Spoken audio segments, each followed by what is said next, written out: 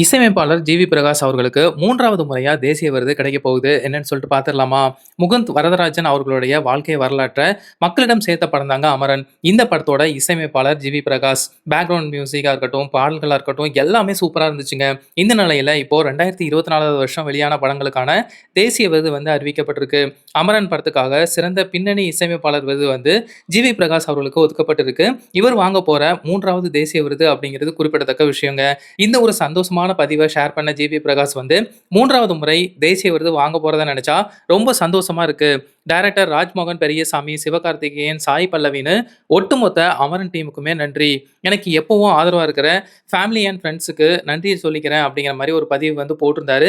இந்த விஷயத்தை பத்தி ஜிவி பிரகாஷ் அவர்களுடைய மனைவி சைந்தவி என்ன சொல்லியிருக்காங்க அப்படின்னா, 3வது முறை தேசிய விருது வெற்றி பெற தகுதியான ஆள் தாங்க நீங்க. இந்த அங்கீகாரம் கிடைக்க வச்ச அமரன் டீமுக்கு நன்றி அப்படிங்கிற மாதிரி சொல்லியிருக்காங்க. சைந்தவி இப்போ ஜிவி பிரகாஷுக்கு வாழ்த்து சொன்ன விஷயம் தான் சோசியல் மீடியால செம்ம ட்ரெண்டிங்கா போயிட்டு இருக்கு. இத பத்தி நீங்க என்ன நினைக்கிறீங்க அப்படிங்கிறத மறக்காம கமெண்ட்ஸ்ல பதிவு பண்ணுங்க.